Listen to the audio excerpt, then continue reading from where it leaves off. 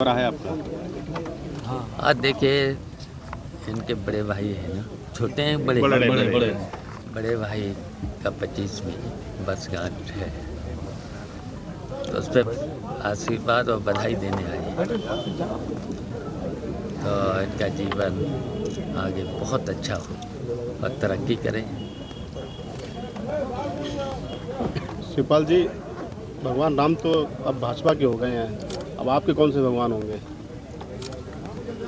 देखिए, भगवान तो सबके होते हैं और सबके हैं, और भगवान हर व्यक्ति के कण कण में हैं, हमारे भी हैं। और अब क्या, अब तो मंदिर बन गया, प्राण प्रतिष्ठा हो गई, अब सब लोग दर्शन करें। मैंने तो पहले भी कहा था, अगर निमंत्रण मिलेगा तो जाएंगे, नहीं मिलेगा तब जाएंगे, तो अब जाना है। शिवपाल जी, बिहार की राजनीति इसमें गरमाई हुई है, जो नीतीश जी हैं वो एनडीए के साथ जाने को हैं। देखिए, ऐसा तो अभी कुछ नहीं। नीतीश जी से हमारा यही अनुरोध है कि इंडिया गठबंधन को मजबूत करें, और जब इंडिया गठबंधन को मजबूत जो उन्होंने शुरुआत की थी, तो वहीं पर रह कर के मजबूत करें। यूपी में भी गठबंधन कांग्रेस के साथ होना है, उसको लेकर क्या रणनीति आप लोग बना रहे हैं? बहुत जल्दी हो जाएगा, चिंता मत करो। सीटों को किस तरीके से बांटेंगे सर? अब ये तो हमारे दोनों राष्ट्रीय नेता तो फैसला कर लेंगे इस पर जी, और जल्दी हो जाएगा। बंगाल में ममता जी ने भी कह दिया है कि अकेले चुनाव लड़ेंगे, पंजाब ने आपने बोल दिया है। हमारी तो यही अपील है सब लोगों से, भारतीय जनता पार्टी को हटाने के लिए इंडिया गठबंधन से ही सब लोग चुनाव लड़ेंगे। राम सबके हैं, तो आप लोग दर्शन करने के लिए क्यों नहीं गए? अब जब कहानी ख़त्म हो चुकी है ना, अब देखिए प्राण प्रतिष्ठा भी हो गई, सब कुछ हो गया है, तो देखिए ये सीधा सीधा कोर्ट का आदेश था, उसी से तो मंदिर बना। भाजपा तो भगवान तो सबके हैं। भाजपा जो है पहले तो वहाँ रोक लगी थी, निमंत्रण अगर मिलता तो जाते, और निमंत्रण नहीं मिला तो मैंने पहले ही बोल दिया था, निमंत्रण मिलेगा तो जाएंगे, नहीं मिलेगा तब भी जाएंगे।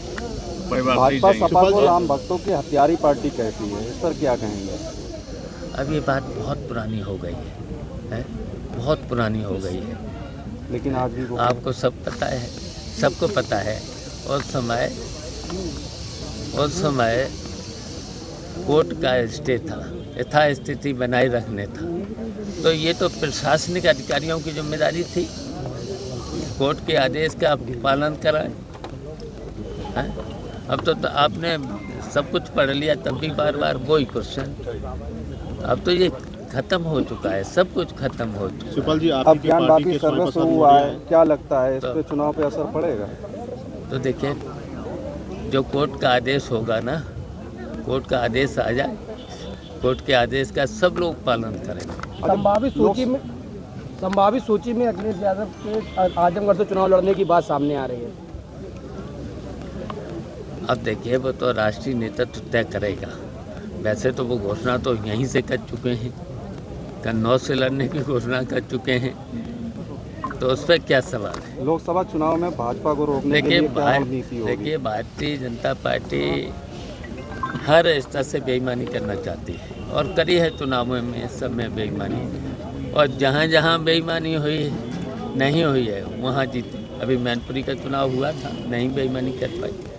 अभी हुआ तो घोसी का चुनाव, कितने से भारतीय जनता पार्टी हारी।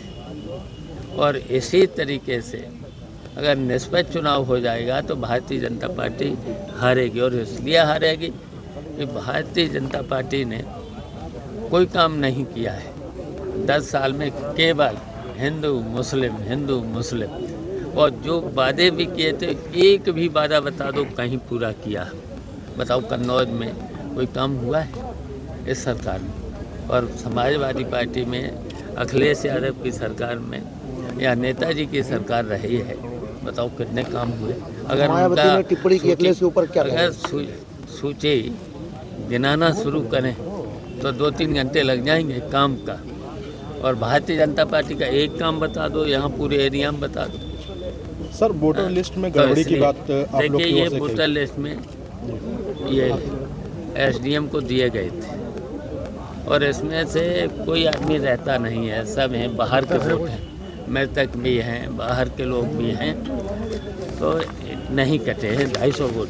ये वो लोग हैं जो बाहर रहते हैं, वो कटे नहीं हैं। हाँ, बाहर यहाँ कहीं है ही नहीं, उनके बाहर वोट बना के और दिए, मरे हुए उनके वोट बना दिए। बना दी। ये देखिए पूरी सूची है, ये सुखपाल जी है। विधानसभा में आप लोग की अधिकारी भी उन्हीं के सारे पर काम कर रहे हैं, लेकिन हम लोग इसका विरोध करेंगे। पहले तो यहाँ जो भी सक्षम अधिकारी है, सक्षम अधिकारी तो चुनाव का काम एडीएम देखता, डीएम देखता है, इनसे करेंगे, नहीं तो हम लोग आयोग में जाएंगे।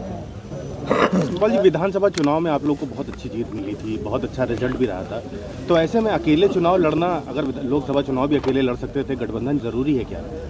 नहीं, जरूरी है भारतीय जनता पार्टी को इस समय जरूरी है भारतीय जनता पार्टी को हराने के लिए एक होकर के भारतीय जनता पार्टी को हराना जरूरी हो गया है। मायावती जी देखिए, ये संविधान को मानते नहीं, कानून को मानते नहीं, हैं, अदालत को मानते नहीं, अब तो सब पे कब्जा है। ईडी और सीबीआई का प्रयोग करते हैं, हर चीज़ में सबको धमकाने का काम करते हैं। दिल्ली के मुख्यमंत्री केजरीवाल ने एक ट्वीट किया है, कहा कि दिल्ली की सरकार को बीजेपी गिराने की कोशिश कर रही है, जो उनके विधायक हैं उनको धमकाया जा रहा है।